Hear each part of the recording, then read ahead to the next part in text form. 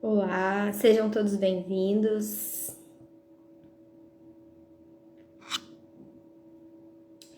A gente já vai começar, vou só aguardar um pouquinho vocês irem entrando aqui.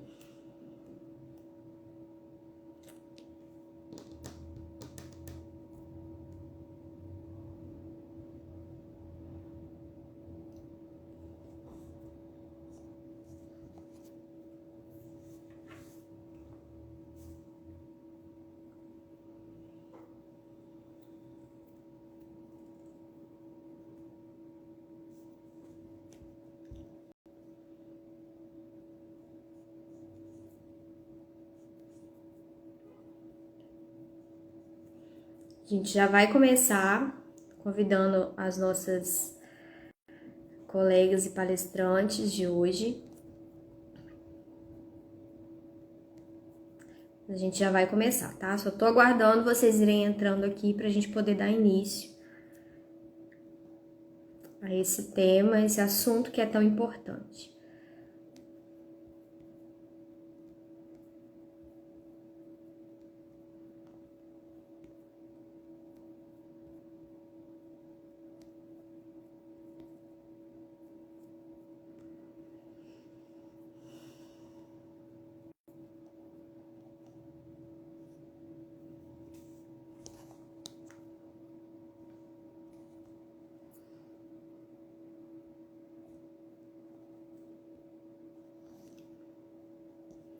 Olá a todos que estão entrando, boa noite.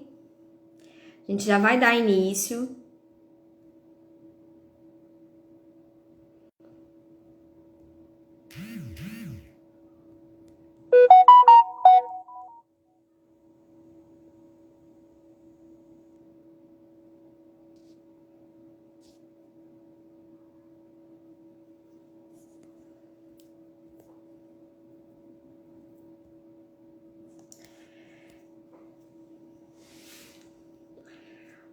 Boa noite.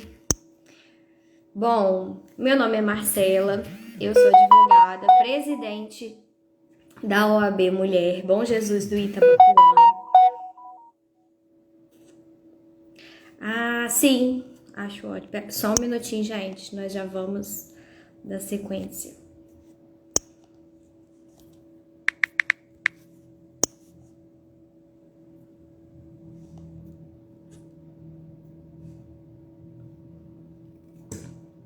Eu também estou bem ansiosa para essa live. Hoje nós estamos, dando sequência à nossa campanha do Agosto Lilás, que é um mês onde nós trabalhamos a conscientização e o enfrentamento à violência contra a mulher. É um assunto delicado, mas é um assunto que deve ser tratado.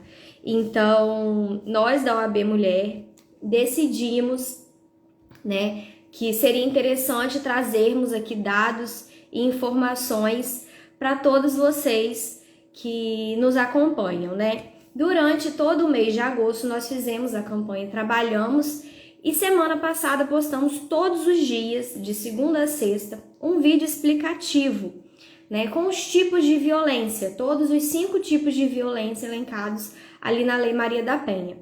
É importante ressaltar que a Lei Maria da Penha completa este ano 16 anos e é a terceira lei mais importante do mundo.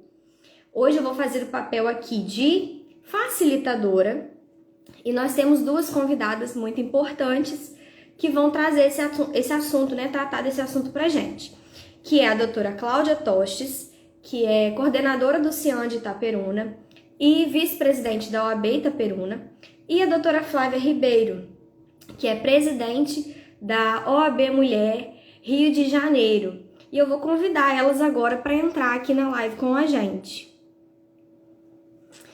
Doutora Cláudia.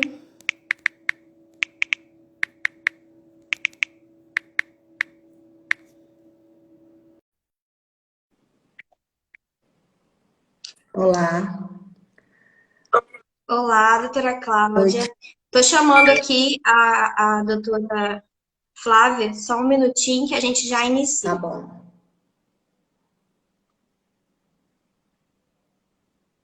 A doutora OAB Mulher Rio.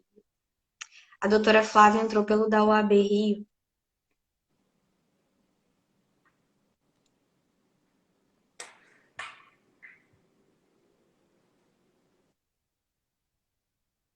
Aí eu vou só aguardar ela entrar aqui pra gente. Boa noite, né, doutora Cláudia? Boa noite. Oi, boa noite. Boa noite, doutora Cláudia. Boa noite. Bom, eu estava falando aqui, né, que esse ano a Lei Maria da Penha completa 16 anos e é um marco, né, foi um marco na legislação, que é a terceira lei mais importante do mundo, né, e que trata de um assunto tão delicado e tão, que às vezes passa tão despercebido e muitas mulheres acabam negligenciando e chegamos até a alguns casos de feminicídio, né, infelizmente, por às vezes negligenciar o início. E aí a doutora Cláudia, ela vai trazer para a gente agora alguns dados, né? E também falar um pouquinho sobre esse ciclo de violência, como que isso começa, como é que funciona. A palavra está com a doutora. Primeiramente, Marcela, eu gostaria de agradecer o convite, né? E parabenizar o trabalho pela da OAB Mulher de Bom Jesus, que fez um excelente trabalho nesse mês de agosto, eu acompanhei, venho acompanhando. Queria também pedir desculpa a todos, porque eu estou meio rouca, mas dá para escutar, né? Estão escutando bem nós, não estão? Sim. Então, o que acontece? Eu estou coordenando hoje o CIAM. O CIAM em Itaperuna é o Centro Integrado de Atendimento à Mulher. E ele atende só Itaperuna. Mas existe o CIANS, que atende a região. Hoje, na região, nós temos o CIAM em Natividade, que atende, né? Bom Jesus, que atende Natividade, Pociúncula, Italva. A região noroeste, ela é atendida pelo CIAM. E a gente, assim, é muito importante as pessoas conhecerem os serviços. Por quê? Porque a maioria das pessoas acham o que é um CIAM? O que fornece? Qual o tipo de serviço fornecido? Então, as pessoas não têm muita noção e acham que o CIAM e o CEAM são canais para denunciar a violência doméstica e que, na verdade, não é um canal para denúncia, é um canal de uma espécie de acolhimento. A gente acolhe as mulheres vítimas de violência doméstica. E essas mulheres que, né, sofrem tanto com essas violências, elas muitas das vezes, né, maioria das vezes, elas ficam muito abaladas em todos os sentidos. E com isto, a gente tem, né, todos os CIANs e CIAM, tem uma equipe multidisciplinar que vai acolher essa mulher, que vai prestar a ela um serviço de que ela nem imagina, às vezes, que existe esse tipo de serviço. Porque o que a gente pensa? A gente pensa que a violência doméstica é o quê? A maioria das pessoas, né, pensam que a violência doméstica é o bateu, é a violência física, né? Então, acha que a mulher só está sofrendo violência doméstica quando ela está sofrendo violência física. Mas mal a mulher sabe, né? E as pessoas que sofrem violência, porque hoje em dia também existe a violência muito acentuada de mulheres com homens também, mas assim, a gente lá no CIAM faz esse serviço de atendimento e a gente tem muito atendimento. Assim, por exemplo, só de dados para vocês terem uma ideia, eu entrei no CIAM no início de 2021. Em 2020, tinha tido 900 e poucos atendimentos só da cidade de Itaperuna. Em 2021, eu fechei o ano de 2021 com 1.626 atendimentos. Então, assim, quase que dobrou a quantidade de atendimento. E muita assim, que eu imagino que possa ser, é a forma de divulgação do serviço, porque muitas mulheres não procuravam, porque achavam que estariam indo lá, estariam denunciando um homem, e aí ela tem medo. Então, assim, eu passo, né, as minhas técnicas, que lá nós somos 7 técnicas, E as técnicas também fazem palestras, a gente também faz rodas de conversas e a gente passa principalmente essa questão de que o CIAM é para ajudar a mulher.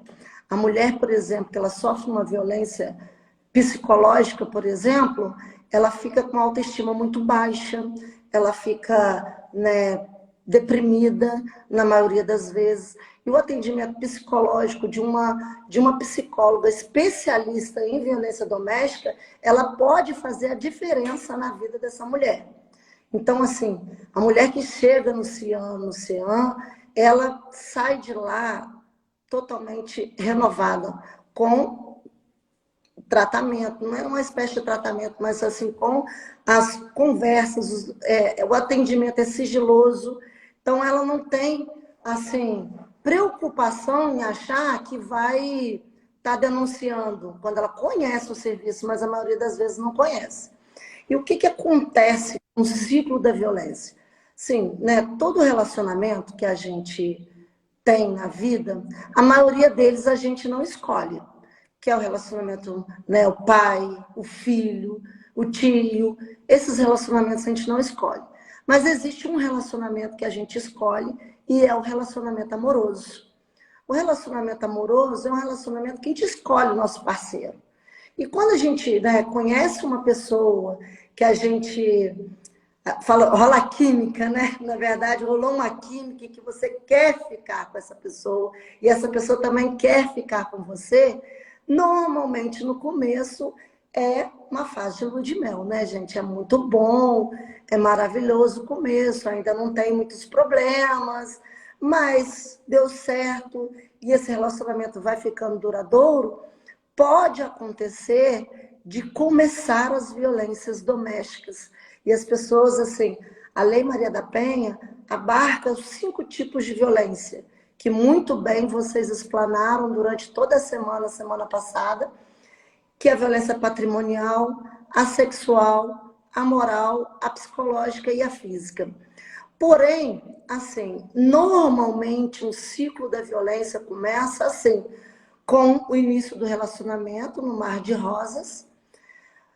Quando começa a vir os primeiros problemas, pode acontecer de começar a violência moral, que são os insultos, injúrias, difamações, essas questões assim que podem atingir, né, a mulher de alguma forma. E aí, depois que vem essa violência moral, se a mulher, né, normalmente não estancar aquilo ali no início, pode vir a acontecer depois a violência psicológica, que para mim, no meu ponto de vista, nos atendimentos que a gente faz, na situação vivida, eu acredito que seja uma das piores violências que existe, a psicológica. Porque a psicológica, ela pode afetar uma mulher para o resto da vida dela. E às vezes ela consegue nunca mais sair, né, de uma situação psicológica doentia por conta de ter sofrido uma violência doméstica que, na maioria das vezes, a psicológica é até silenciosa. A gente, às vezes, nem sabe. Às vezes, o parceiro comete a violência doméstica psicológica sem saber que está cometendo.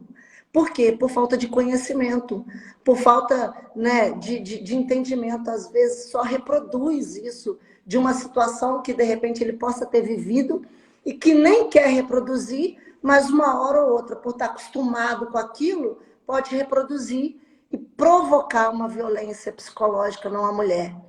E a violência psicológica, assim, no meu ponto de vista, né, eu vejo diante das situações que eu atendo, que ela normalmente começa até com isolamento social. E o que é um isolamento social? Isolamento social, na maioria das vezes, eles, assim, os agressores podem até proibir a mulher de andar com uma determinada pessoa, de não conversar com a fulana ou com a ciclana. Mas, às vezes, também vem de uma certa forma, que eu falo que é a silenciosa. Por exemplo, às vezes um homem, né, tem uma amiga, você, mulher, tem uma amiga que você confia muito nessa amiga e troca confidências, essas coisas assim. Então, essa mulher, de repente, se descobrir, essa amiga sua, se descobrir que você está no ciclo da violência, ela pode ser uma pessoa a te ajudar. Outra pessoa também, os familiares. Os familiares também são pessoas propícias a ajudar uma mulher que esteja em situação de violência, se eles descobrirem que ela esteja em situação de violência. Então, nestes casos, a maioria dos agressores, o que eles fazem? Eles isolam a mulher dessas pessoas, do convívio com essas pessoas, de uma forma, às vezes, silenciosa. Que eu falo assim, por exemplo, com a amiga, essa amiga sua, ela não serve para você, essa amiga sua é fofoqueira, essa amiga sua é isso e aquilo, e começa a colocar as coisas na cabeça da mulher, que a mulher, por si só, se afasta daquele relacionamento.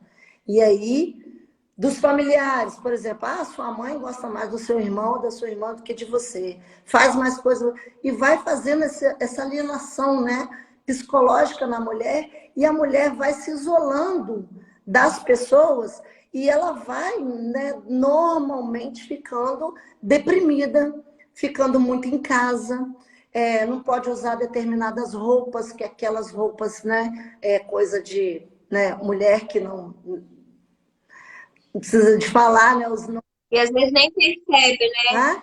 Às vezes a mulher nem percebe que ela está passando por esse processo de isolamento e ela vai se fechando ali, só ela e o companheiro, né? Ou a companheira, e se isola ali naquele mundo e não está percebendo o que está acontecendo com ela, né? Exatamente. E aí o que acontece? Quando normalmente é percebido que essa mulher está dominada dessa forma, vamos dizer assim, psicologicamente, vem os outros tipos de agressão.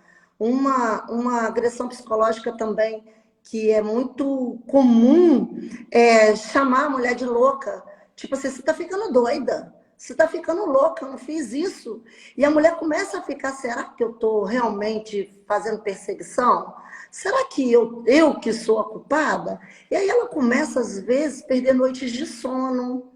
E aí ela perdendo noites de sono, pensando, né, no relacionamento, nas coisas que estão vindo, ela pode, né, vir a começar a tomar remédio, ela pode vir a se sentir realmente que está doente.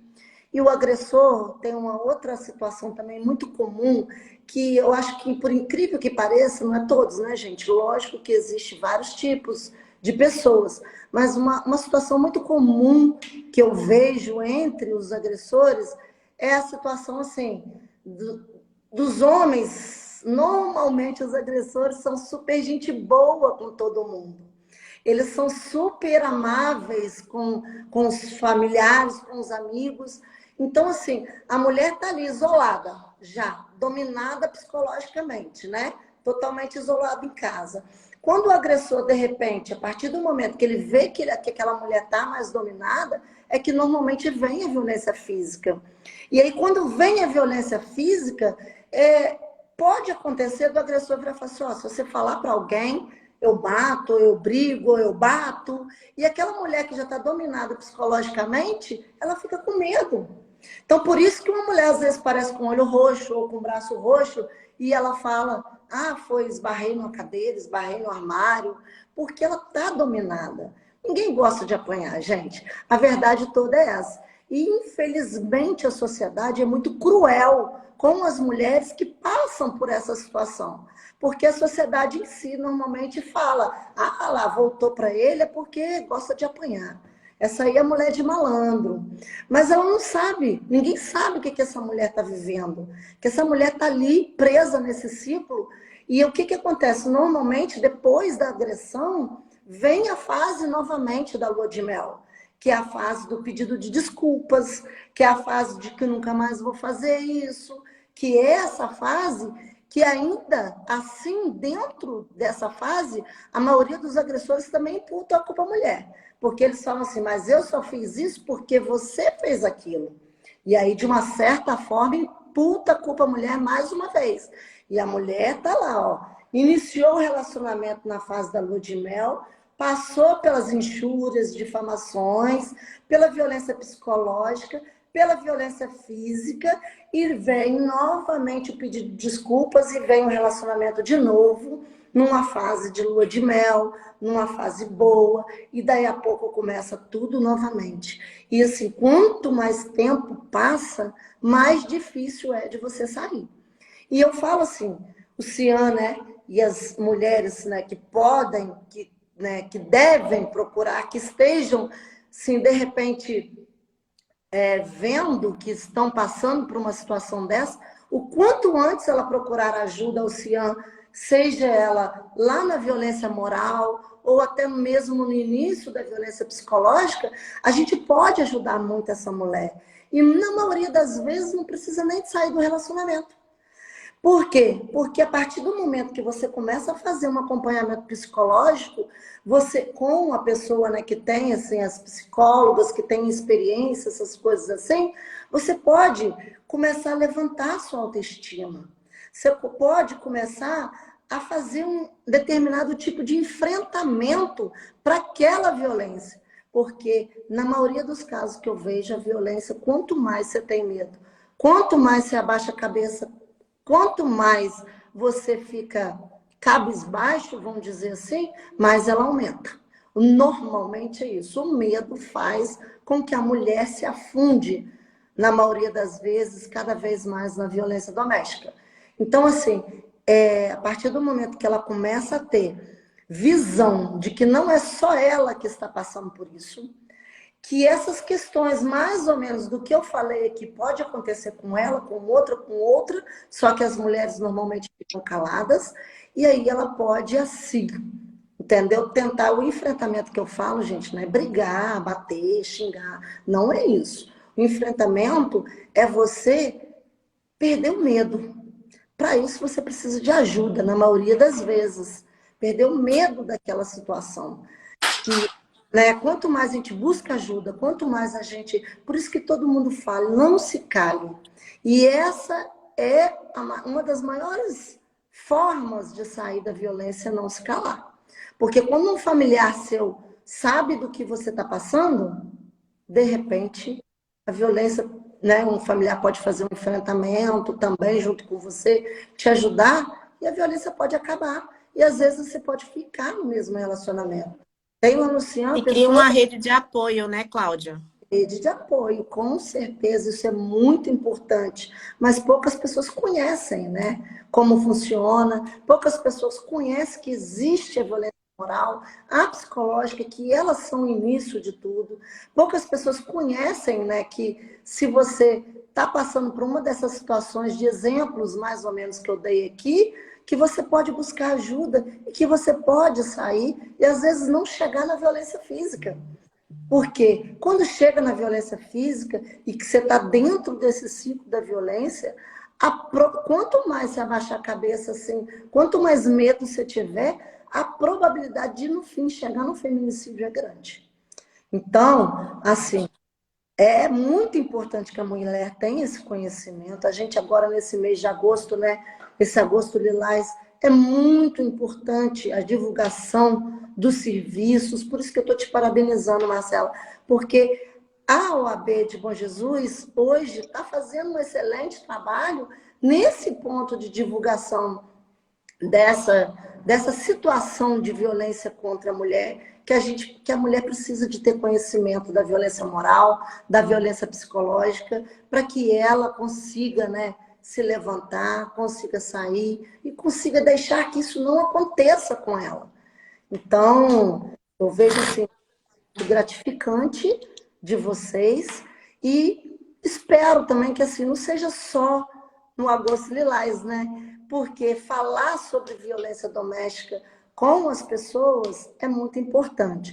Igual, por exemplo, muita gente desconhece como funciona a Lei Maria da Penha e acha que, tipo assim, fui lá, fiz uma medida protetiva, eu já incriminei o agressor, ele já vai ser preso e vai acontecer isso e o nome dele vai ficar sujo e essa situação. E eu costumo muito falar para as mulheres o seguinte: se você vive uma situação de violência, se você toma a decisão de ir na delegacia, fazer um registro de ocorrência e solicitar uma medida protetiva, não é à toa, gente. Não é à toa, é porque você já não está aguentando mais. porque, ó, com certeza você já está sofrendo violência há muito tempo, só que agora você não está aguentando mais. Ninguém, assim, né, dificilmente na primeira violência, no primeiro xingamento, já vai para a delegacia fazer medida protetiva. É muito difícil. Mas se você buscar o apoio, é grande. E eu costumo falar também que logo depois que a mulher, né, solicita, ela vai na delegacia, ela faz a medida protetiva, a solicitação da medida protetiva, em 48 horas o juiz dá a liminar, deferindo ou não aquela medida protetiva, e aí normalmente vem logo em seguida uma segunda agressão que essa mulher sofre, ou até do próprio agressor, ameaçando, mandando ela tirar aquela medida protetiva, ou dos familiares até do próprio agressor, falando, né? Ah, você tá sujando o nome dele, você é doido, ele não vai arrumar mais emprego, e aí você tem filho com ele, você tem que pensar direito. Mas a mulher precisa de pensar o seguinte: se ela não tivesse sofrido nenhuma violência, ela teria ido na delegacia fazer um registro de ocorrência? Não teria, né? Essa é a situação que a mulher tem que pensar. Essa é a situação que a mulher tem que vivenciar, entendeu? Ela tem que entender que ela precisa de fazer esse enfrentamento para acabar com a violência. E outra coisa, assim, se num processo de medida protetiva, o homem, o agressor, cumprir a medida protetiva, não se aproximando da vítima, normalmente esse processo encerra com essa mulher tendo a medida protetiva e ele sem nome sujo, sem responder criminalmente. Agora, quando ele normalmente descumpre a medida protetiva, aí sim, aí passa assim por um processo criminal, né, que vai passar por outras situações de responder criminalmente, mas mais uma vez o agressor transgrediu uma medida, uma decisão judicial, né? Então, assim, essa... E aí, nesses casos, doutora Cláudia, nesses casos em que o agressor ele deixa de cumprir a medida, o que a mulher deve fazer? Ela deve voltar à delegacia? Ela precisa de... O que ela tem que fazer nesse Ela caso? precisa de comunicar que aconteceu esse descumprimento. E é na delegacia, ela pode chegar... Aqui em Itaperuna, por exemplo, tem o NUAM, que é Núcleo de Atendimento à Mulher. São duas inspetoras que ficam, né, disponíveis para atender as mulheres. Então, aqui em Itaperuna, elas vão na delegacia, vão no AN, e aí se faz um novo registro de ocorrência, ou se o processo de medida protetiva ainda estiver na fase de inquérito, essa questão, né, a delegacia, os inspetores escutando testemunha, essas coisas todas, pode, dentro do mesmo processo, já informar ao juiz o descumprimento da medida protetiva. E tem também o Ministério Público, né, que o Ministério Público, no caso, é o tipo autor da ação da medida protetiva. Se você também for ao Ministério Público informar o descumprimento, também pode o Ministério Público peticionar nos autos e informar o juízo. Mas a maioria das vezes é por registro de ocorrência. A maioria das vezes, aqui em Itaperuna também a gente... E num caso, assim, por exemplo, a mulher sofreu uma violência e aí ela vai na delegacia, ela tem que estar munida de algum documento, alguma prova, ela precisa de ter alguma coisa para comprovar, porque, por exemplo, a violência moral, psicológica, é uma violência diferente, que não deixa marcas, né? Não deixa ali um sinal. Como que ela vai comprovar essa violência ali na hora de registrar uma ocorrência ou alguma coisa? Então, aí já é no início, antes dela receber uma medida protetiva, por isso que eu falo também da questão do CIAM, e o CIAM ser muito importante. A gente tem o jurídico, a minha advogada lá do CIAM é a doutora Lua Mari, que é da subseção de vocês, excelente advogada. Então, assim, se a mulher está com dúvidas, ela pode buscar auxílio ao advogado, ao CIAM, à Defensoria Pública, porque são várias questões, né, que pode acontecer, para ver se aquilo ali serve de prova. Por exemplo, o WhatsApp. Conversa de WhatsApp é uma prova. Então, se ela tiver conversa de WhatsApp com ameaças, com situações, ela consegue, sim, solicitar uma medida protetiva por psicológica somente. E aí depende do juiz para... Então, assim, mas se ela tiver uma orientação jurídica, que é o mais importante, que a orientação jurídica vai fazer com que ela instrua aquele processo de uma melhor maneira para que o deferimento venha. E aí, a partir do momento que ela já tem uma medida protetiva, a gente tem aqui na região a Patrulha Maria da Penha. A Patrulha Maria da Penha, hoje, ela é situada dentro do CIAN de Itaperuna, mas ela atende toda a região, inclusive Bom Jesus, Itaperuna, Natividade, toda a região aqui, noroeste fluminense. E essa Patrulha Maria da Penha, ela atende as mulheres depois que ela já tem a medida protetiva. Então, é muito importante que todas as mulheres também tenham conhecimento de como funciona a Patrulha Maria da Penha, porque ela é excelente para ajudar a mulher quando há um descumprimento de medida protetiva.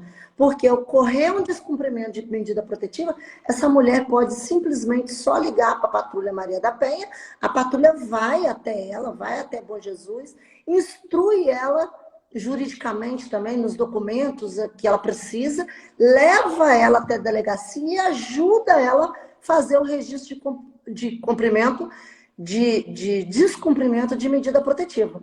E pode prender o agressor se pegar em flagrante. A patrulha também pode prender. Então, é importantíssimo que as pessoas tenham conhecimento do funcionamento da Patrulha Maria da Penha também, que é o pós, né? Eu falo que o CIAN, eu costumo falar assim, o CIAN é uma técnica preventiva para que a mulher ou estanque o ciclo da violência ou saia do ciclo da violência. E a Patrulha Maria da Penha, ela é já mais para apagar o fogo na hora que está com um problema maior de descumprimento de medida protetiva. Não tem melhor do que a Patrulha Maria da Penha para ajudar as mulheres, entendeu? Mais ou menos assim que funciona. E aí, assim, são tantas informações que se a gente fosse ficar, eu sei que tem a doutora Flávia para falar também, mas é importante também que depois, se vocês quiserem, a gente pode fazer mais live, sem problemas nenhum, porque são muitas informações. E a gente falando assim, às vezes a gente até esquece, né? Algumas informações. Mas tomara que tenha bastante perguntas aí para a gente responder, para esclarecer as dúvidas. Doutora Flávia agora vai falar um pouquinho também, né, doutora Flávia, sobre violência doméstica. E aí, fica à vontade. Então, boa noite a todos e todas que nos assistem hoje. Queria agradecer o convite à Marcela, né, da Subseção de Bom Jesus, por me chamar para fazer essa live. E cumprimentar também a doutora Cláudia, que fez uma importante explanação aqui sobre a questão da violência doméstica e a importância do CIAN, né? Eu estava ouvindo a doutora falar. Vou falar um pouco sobre violência contra a mulher advogada, mas assim, eu preciso falar da importância que são esses centros, né, de atendimento às mulheres, né, de assistência a mulheres, porque aqui na nossa seccional a gente recebe também vários relatos de violência, e aí na OAB, no sistema OAB, a gente tem as caixas de assistência, né, aqui no Rio de Janeiro tem a CAARGE, que presta um auxílio às advogadas. Então, aquela advogada que sofre violência, ela pode contar com a caixa de assistência dos advogados. Mas as mulheres que também procuram a OAB da sociedade civil, no geral, a gente não pode encaminhar essas mulheres para esse atendimento, né? Então, eu ficava aqui com as meninas da OAB me perguntando como é que a gente vai fazer para que essas mulheres também sejam atendidas, porque elas enxergam na OAB uma entidade de respeito, né? É uma entidade que a população inteira, que sempre defendeu o Brasil, nosso país, em momentos difíceis, né, de perigo da nossa democracia em si.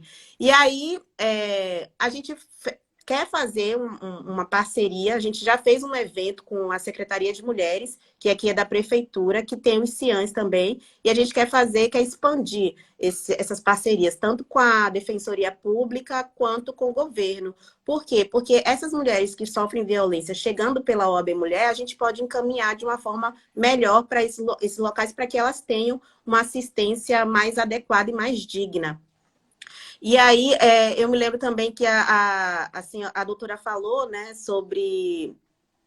Acho que foi alguém que perguntou, depois da denúncia de violência, como é que essas mulheres são tratadas. Então, justamente, é exatamente por isso que a gente precisa fortalecer as nossas instituições, a gente precisa fortalecer o nosso parlamento e o nosso executivo, né, para que a gente crie políticas públicas para essas mulheres terem assistência, porque, de fato, a violência psicológica, ela é muito mais grave, assim, eu entendo assim, do que a violência física, porque ela, se a gente for ver no Código Penal, a gente tem as espécies de lesões, né? A gente tem a lesão grave, a lesão mais simples. Só que a violência psicológica, normalmente, ela dura anos para se curar. E aí, quando você vai ver os requisitos de cada tipo de lesão, por exemplo, a lesão mais grave, ela impossibilita aquela pessoa durante um período de tempo, né? Mas, se eu não me engano, são 6 meses. Me corrijam se eu estiver errada. Mas a lesão psicológica, né? A violência psicológica, ela debilita essa mulher por um período de tempo muito maior. Às vezes é durante uma vida inteira que essa mulher fica sofrendo, né? Ela não consegue trabalhar, ela não consegue interagir com as pessoas por causa de uma violência psicológica que ela sofreu durante um período de tempo. Então, eu acredito que a violência psicológica é uma das violências piores que existem na questão da violência doméstica e na violência familiar em si. Então, é importantíssimo que a gente tenha no nosso executivo políticas públicas de atendimento a essas mulheres para que elas se curem.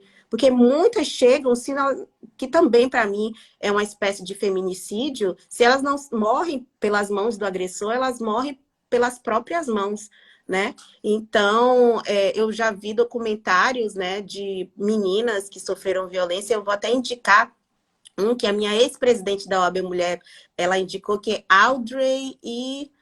Tá na Netflix, é Audrey e eu esqueci o nome da outra. Eu vou procurar aqui e eu vou passar para vocês divulgarem. Que é a história de 2 meninas que sofreram violência sexual, e aí lá nos Estados Unidos, e elas foram desacreditadas pela cidade inteira. Uma sofreu na escola, né? As 2 sofreram na escola, na verdade, pelos colegas de escola. Uma foi numa festa, ela estava desacordada, sofreu a violência, e quando tiraram fotos dela e espalharam pela escola. Essa, infelizmente, faleceu, ela não aguentou a pressão e se matou. A outra denunciou, mas por se tratar de uma cidade pequena, os agressores eles não foram punidos e a cidade inteira se voltou contra ela. Então, você vê como que a violência de gênero é algo complexo, né? Porque mesmo sendo vítima, a mulher ainda é desacreditada, a mulher ainda é agredida e revitimizada pela sociedade em geral. E aí, quando a doutora Cláudia estava falando sobre esses tipos de violência, e aí eu já vou entrar no meu tema, eu queria dizer que, na verdade, não existe um tipo de mulher que seja mais suscetível à violência ou não, né? Todas nós, pode ser uma mulher mais simples, a mulher mais empoderada do mundo, essas mulheres estão sujeitas a sofrer violência de gênero, né? E principalmente a violência doméstica. E aí não é diferente com as mulheres advogadas. E aqui eu já faço uma amplitude maior da questão da violência, que é a violência institucional, né? Porque nós mulheres, apesar de sermos maioria da advocacia, aqui no Rio de Janeiro a gente já superou a quantidade de advogados homens, a gente ainda sofre muito no sistema de justiça, né? São vários relatos de mulheres que são impedidas de trabalhar pela questão da vestimenta. A gente teve o caso de Iguaba, que a juíza media o tamanho da saia das mulheres advogadas, que podiam ou não podiam entrar no fórum. São vários relatos de assédio, né, de mulheres que estão lá no fórum tentando fazer sua advocacia do dia a dia e são assediadas e pessoas que pedem para elas irem com um decote maior para poder conseguir a decisão X, Y com o juiz, com o desembargador, né? E aí a gente tem as violências que aconteceram há pouco tempo, né? Que, com duas advogadas. Uma do Amazonas, que foi a Malu, e a outra da Bahia, que foi a Camila. As duas advogadas mães que estavam amamentando seus filhos no momento da audiência. A Malu estava fazendo uma audiência online, né? E a Camila era uma audiência presencial. E as duas amamentavam seus filhos ali naquele momento. Eu já fiz audiência também com minhas filhas, com minha filha, na verdade, a mais nova. E não obtive problema, mas tem pessoas ainda e tem locais que a gente ainda enfrenta esse tipo de problema. A Malu e a Camila foram impedidas de exercer ali a maternidade no momento que elas estavam trabalhando, porque muitas vezes, a gente não tem essa rede de apoio que a gente tanto falou para deixar os nossos filhos e exercer o nosso trabalho. E aí, no caso da Malu, no Amazonas, o desembargador pediu, era uma audiência virtual, pediu para que ela colocasse a filha dela, imagina, recém-nascida, pequenininha, num ambiente adequado para que ela pudesse continuar a audiência. E no caso da Camila da Bahia, uma outra advogada fez uma representação contra a Camila porque ela estava com um sutiã, né, de amamentação, e ela decidiu que aquela não era a vestimenta adequada para uma advogada.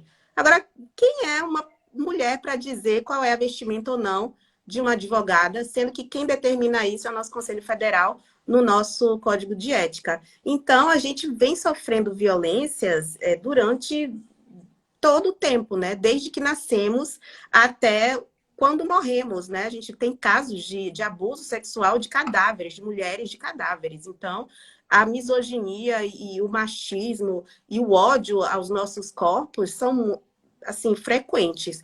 E aí eu queria trazer também a história da doutora Daniela, que deu origem à Lei Júlia Matos. A doutora Daniela, ela teve 2 filhos, eu não sei se ela tem mais filhos hoje em dia, mas ela teve 2 filhos, e no primeiro filho dela, nesse ambiente de fórum, né, ela sentiu a necessidade de ter lugares apropriados para a gente amamentar nossos filhos no fórum, de ter um tratamento diferenciado para essas mulheres mães, ou mulheres grávidas, ou adotantes, né, que acabaram de ter os seus filhos. E aí ela, como conselheira da OAB do Distrito Federal, lutou para que isso acontecesse, né? Eles editaram uma medida lá na OAB do Distrito Federal, só que um tempo depois ela verificou que essas medidas não estavam sendo cumpridas. E aí ela engravidou novamente, e eu acho que foi mais ou menos em 2013, ela foi participar de uma sustentação oral no CNJ, e ela pediu a prioridade, né, para poder fazer a sustentação, porque ela estava grávida de 29 semanas. E aí o ministro, eu não vou aqui citar o nome, porque acho que não vale a pena, mas o ministro negou. E aí ela ficou o dia inteiro lá, aguardando para poder fazer a sustentação oral dela. Ela fez a sustentação oral, mas em seguida ela teve as dores do parto. E a criança nasceu prematura, que é a Júlia Matos, a filha dela. Nasceu com 29 semanas, teve que ficar, acho que um período de 60 dias na UTI. E aí depois ela, diante de passar por mais essa violência, ela juntou outras colegas para que fosse feita a Lei Júlia Matos, que é uma lei simples. A Lei Júlia Matos, ela tem, acho que, 3 artigos. Ela muda 2 artigos do Código de Processo Civil, né, que é justamente para autorizar, para determinar que seja obrigatório as mulheres terem prioridade nas audiências, nas sustentações orais, para que a mulher grávida ela não passe por detectores de metais, porque isso faz mal para o bebê, para ter prioridade de estacionamento, para ter os seus prazos suspensos, né, quando for necessário. E isso vale tanto para a mulher gestante, para a mulher adotante, para o homem também, né, que acabou de ter o seu filho. e para as lactantes. Então, foi um verdadeiro avanço, né, nos direitos das mulheres advogadas que vinham passando por tanta violência durante tanto tempo. E, assim, que são coisas básicas, gente. É apenas você olhar para outra e você ter empatia, é olhar para o outro e você ter empatia. É o mínimo de bom senso, né, doutora? Exatamente, é você ter empatia pela situação do que o outro está passando. Então, não é nada demais que a gente vem pedindo aqui, né, na questão de direitos das mulheres, de políticas públicas para as mulheres. A gente quer ter a possibilidade de viver livremente, é a questão de liberdade. Eu acho que a igualdade de direito de gênero é uma questão de liberdade, é a mulher ser livre para fazer aquilo que ela quiser, e quiser que eu falo que o homem faz. A gente não está querendo nada além, não, nada de diferente, não. A gente quer crescer, trabalhar, estudar de forma livre, né? Então, a gente precisa que os homens estejam juntos com a gente para que essa mudança aconteça.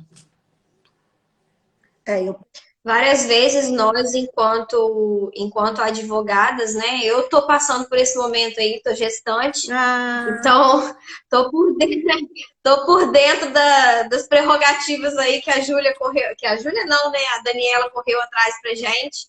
E graças a mulheres que tiveram infelizmente passaram por esse sofrimento, mas que tiveram a iniciativa de correr atrás de direito para mulheres que viriam depois, nós hoje podemos recorrer a essas prerrogativas, né, a esses acolhimentos que antes não eram. E mesmo assim, nós sofremos e passamos por esse tipo de violência, né? é verdade. Às vezes a gente não percebe, mas sou jovem advogada, né? Mas às vezes é um comentáriozinho que fala, mas você, mulher, será que você vai conseguir despachar com o juiz? Será que você vai conseguir resolver isso sozinha? Você não prefere que fulano vá com você para passar mais autoridade? Como se nós fôssemos incapazes de exercer o nosso papel enquanto advogadas e enquanto mulheres que podemos fazer o que quisermos fazer. É aquela verdade. frase, quem nunca escutou, mulher no volante, perigo constante. Ai, Então, gente. junto com esse jargão, tem vários outros lugares de mulher no fogão, pilotando fogão. Então, assim, são determinadas violências que a gente passa no nosso dia a dia que ninguém nem imagina que esteja cometendo violência. Porque é tão comum as pessoas, né, discriminarem a mulher, no caso, que acaba cometendo. Só um comentário importante que a doutora Flávia falou ali, e eu achei interessante mencionar, a questão assim, das tarefas da mulher grávida, a mulher que é advogada, grávida, eu passei por isso. Eu, com 15 dias, nas minhas 2 maternidades, eu já estava trabalhando. Na época não era nem processo eletrônico, era físico, mas a gente tinha essa necessidade de ter que estar lá, porque o processo, nós somos profissionais liberais. O processo não para. E aí a gente tinha que agora ver os andamentos, porque a situação, né? Então, assim, eu comecei a trabalhar muito cedo e, assim, até para os homens que estão assistindo essa live aí, que passem por situações, ajudem suas mulheres no máximo que vocês puderem, porque eu falo assim, a gente lutou tanto para a gente vencer que, né, antes a mulher não trabalhava fora, hoje já trabalha, a mulher não tinha nem CPF, né? Antigamente as situações, a mulher veio lutando tanto tempo para poder... E não é ajuda, né, Cláudia? É a responsabilidade do homem também, a gente só gesta.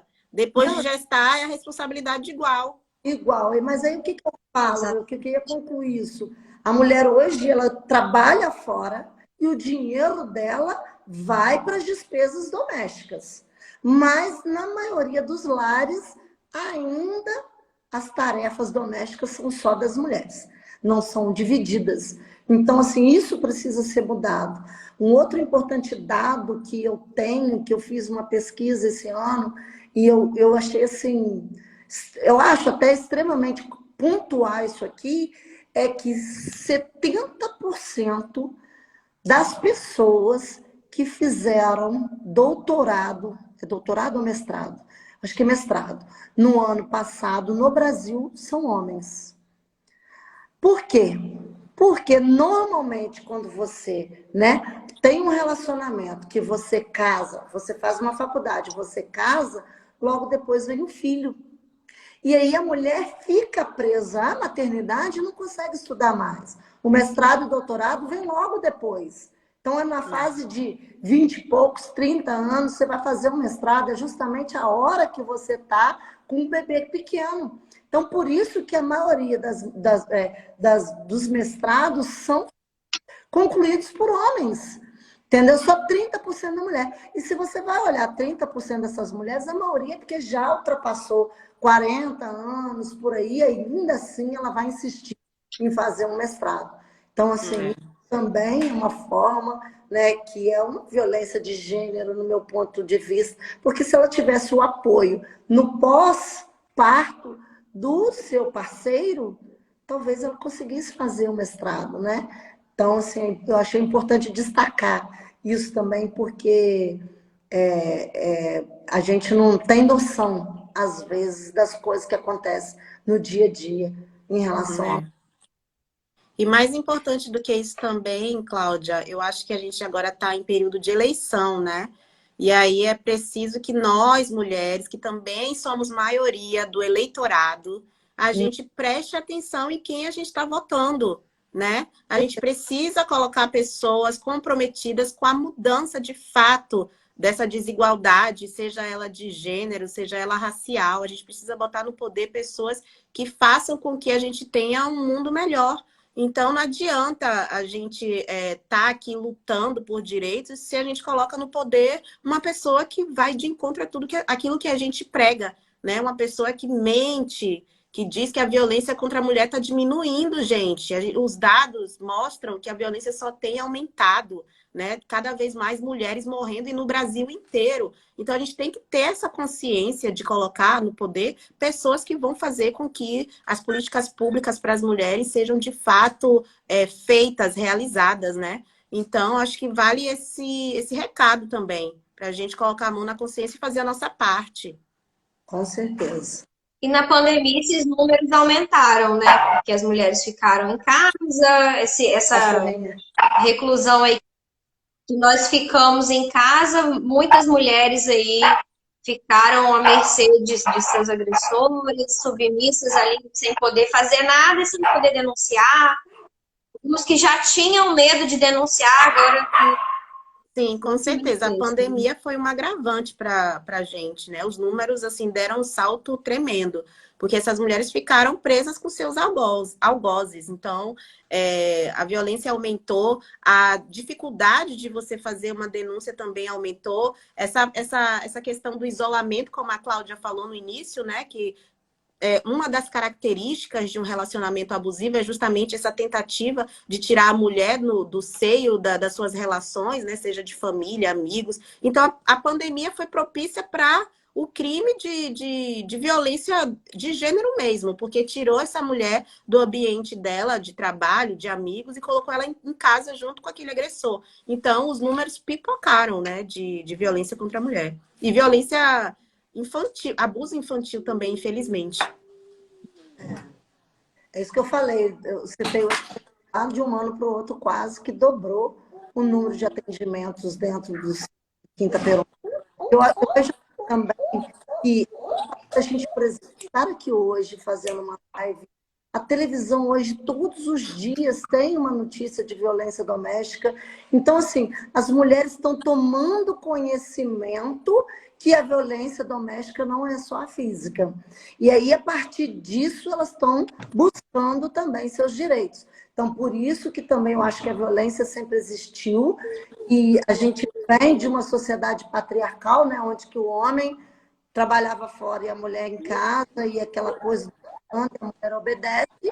Então, eu acho que sempre existiu a violência. Porém, agora ela está mais em ascensão. As pessoas estão descobrindo o que é. E essa lei Maria da Penha, ela ajudou e ajuda muitas mulheres que as pessoas também não têm noção do quanto a gente, né?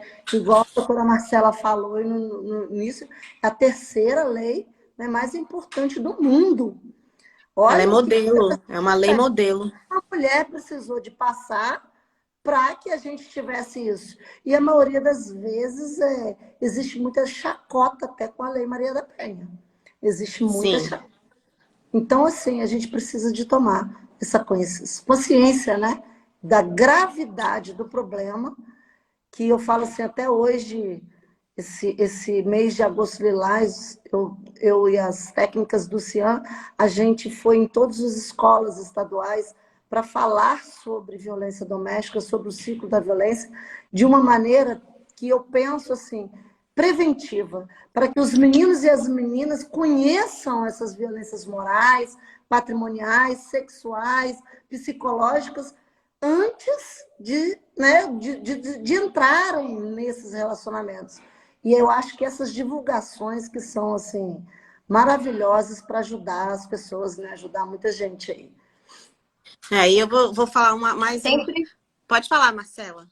pode falar. Não, Não pode falar. eu ia falar mais uma questão que envolve também a violência de gênero, que agora, né, eles. Porque é assim, é isso que a doutora Cláudia falou, né? Mais pessoas estão tendo conhecimento, estão sabendo dos seus direitos, né? A Lei Maria da Penha é uma lei modelo, e aí a gente tem discutido bastante, debatido bastante sobre a Lei Maria da Penha, e as pessoas ficam sabendo como se defender, né? Como conseguir o seu direito, né? E aí, você vê, um sistema, assim, é um mecanismo tão cruel que aí o agressor, o opressor, ele vai modificando para poder continuar oprimindo e fazendo a manutenção, né, desse machismo estrutural. Que agora, não só as mulheres vítimas de violência sofrem a violência, mas também as advogadas. Então, as advogadas estão sofrendo ameaças de morte em casos de violência doméstica, em casos também de direito de família, né? A gente, às vezes, tem um divórcio, uma dissolução de união estável, em que essas advogadas estão sofrendo ameaça de morte desses homens, gente. Isso é incrível. E a gente tem também o aperfeiçoamento das violências. A gente já falou de violência moral, violência física, patrimonial. Existe também a violência processual, vocês acreditam? Que são homens, a gente teve até um caso aqui que eu vi agora no jornal, de uma mulher que tinha uma marca e aí pediu para o marido, sei lá, o companheiro dela pediu para colocar a marca no nome dele, e aí, depois de separados, ele não quis devolver a marca e ainda entrou na justiça para patentear o nome da mulher, ou seja, ele tem o nome dela é propriedade dele. E aí, esses homens, então, estão entrando com processo contra as mulheres, que é um tipo de violência também, uma violência processual, com coisas assim, às vezes, que não tem nada a ver. Às vezes, a mulher tem um patrimônio, esse homem entra pleiteando aquele patrimônio para poder desestabilizar essa mulher. Então, eles estão aperfeiçoando os tipos de violência, né? Eu acho isso incrível. E eu acho que as campanhas educativas, os convênios e as parcerias, essa informação que a gente acaba, às vezes, até fazendo voluntariamente, né? Mas às vezes involuntariamente também são importantíssimas. Elas estão, né, esse tipo de trabalho, programas educativos, essa inclusão no currículo educacional ali, essa visita às escolas, palestras, isso tudo ajuda e facilita para que outras mulheres e adolescentes não venham a passar pelo que a nossa geração vem passando. E está previsto na lei, né, na Lei Maria da Penha, está lá previsto que isso deve acontecer, que nós devemos fazer isso. E para nós é um prazer poder fazer isso, participar destes momentos, né? Temos que fazer mais. Excelente tema, violência obstétrica. A mulher sofre muito. Exatamente. Excelente tema. Estou dando dicas para você aí. Mas agora a gente tem que ter cuidado também de falar de violência obstétrica, porque o CRM também fez uma reclamação de uma palestra de uma advogada que estava fazendo uma palestra sobre violência obstétrica, ia ser a CRM. E o CRM entrou com um pedido de representação contra essa advogada. Nossa.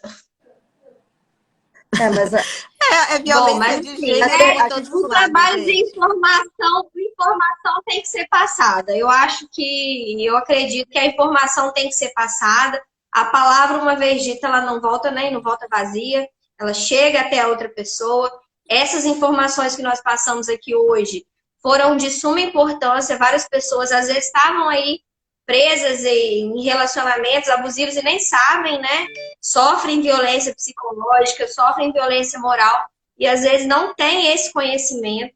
E o pouco que a gente puder divulgar e o pouco que a gente puder falar sobre esse assunto, chega até alguém e essa pessoa pode vir a denunciar, pode vir a se livrar e deixar de sofrer, né? Esse tipo de violência. Sim. Então, o nosso trabalho não acaba aqui, né, Não, eu nessa falei live. de ironia. Essa live é só. Eu falei tomar cuidado de ironia, porque a violência de gênero ela é tão exacerbada que até o CRM está incomodado de uma advogada informar outras mulheres sobre a violência obstétrica, entendeu? Então, é isso mesmo, nosso trabalho é perfeito. Cada vez mais a gente ensinar, fazer um trabalho preventivo, que é importante, né? Para ensinar essas mulheres e garotas a não passarem por mais esse tipo de violência. É importantíssimo. Amanhã nós vamos ter uma entrevista na rádio, às 10 horas da manhã, sobre esse assunto também. Se vocês tiverem oportunidade, a rádio. Ai, meu Deus, me fugiu, mas é a 87.7 aqui da região. E assim, tá incrível. A gente tem essa transmissão na rádio. E depois também a gente vai ter um encerramento no dia 31, que vai ser uma roda de conversa, né, com um café da tarde aqui na nossa subseção, para a gente poder encerrar essa campanha, mas o trabalho não acaba, né? A gente vai continuar lutando contra essa violência, lutando contra isso, que não pode morrer na live, não pode morrer no debate, tem que ir para a ação, que né? as pessoas, né, pessoas assistindo também, que elas possam passar para frente um pouco do que elas aprenderam aqui. E eu quero também, né, concluindo, finalizando a minha parte aí, o Cian de Itaperuna tem um Instagram que é Cian_Itaperuna. E eu administro esse Instagram, então eu quero colocar à disposição o direct do Instagram para que as pessoas que estejam assistindo, se quiserem tirar dúvidas comigo, dúvidas com alguma técnica, com o jurídico, com a psicóloga. Inclusive, também eu quero agradecer muito a parceria que eu tenho, graças a Deus, uma excelente equipe técnica. São todas empenhadas, né, para ajudar as mulheres. Então, assim, as pessoas que tiverem dúvida e quiserem, pode fazer sua pergunta, pode tirar, né, dúvidas através do direct do Instagram do Cian. E eu também gostaria de deixar o nosso Instagram, a OAB Mulher da Seccional do Rio, é esse que está marcado aí em cima, e o meu, que é Flávia P. Ribeiro. Então, se vocês quiserem, é só seguir. A gente está sempre postando coisas, informações, né, sobre direito de gênero no nosso Instagram da OAB Mulher. E o meu pessoal também, eu estou sempre postando o que acontece lá na seccional. Então, fique à vontade para me seguir também. É isso, muito obrigada. Agradeço a participação e disponibilidade de vocês. Foi um prazer estar aqui como facilitadora, né, e mediadora. É um prazer sempre. Contem sempre com a nossa OAB. Nós vamos estar aqui empenhadas. Em outubro nós temos mais campanha, né, que é o Outubro Rosa. Então, se Deus nos permitir, até outubro a gente tem bastante coisa para fazer ainda. A gente segue trabalhando, daqui vocês seguem trabalhando daí, e juntas nós somos mais fortes e vamos conquistar várias coisas ainda. Muito Um obrigada. beijo. Estão convidadas também para fazer um evento na seccional. Tá Vamos bom. marcar. Ah, ótimo. Um beijo, Gente, querida. então, boa noite. Beijo. Tchau, tchau. Boa noite.